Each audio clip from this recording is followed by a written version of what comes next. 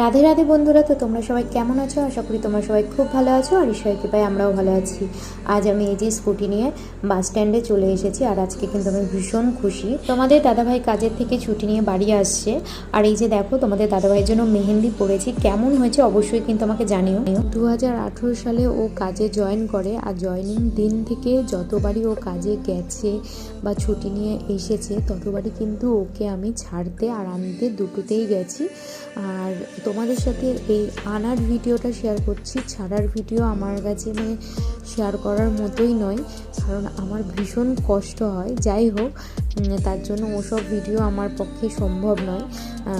আমি এই আনার ভিডিওটা, যেটা আমি এতটা খুশি, সেই ভিডিওটাই আমি তোমাদের সাথে শেয়ার করছি। এতদিন পর নিজের কাছের মানুষটাকে চোখের সামনে দেখতে পারবো, কতটা খুশি সেটা হয়তো তোমাদেরকে বলে বোঝাতে পারবো না। পৃথিবীর সব কিছু একদিকে, আর আমার এই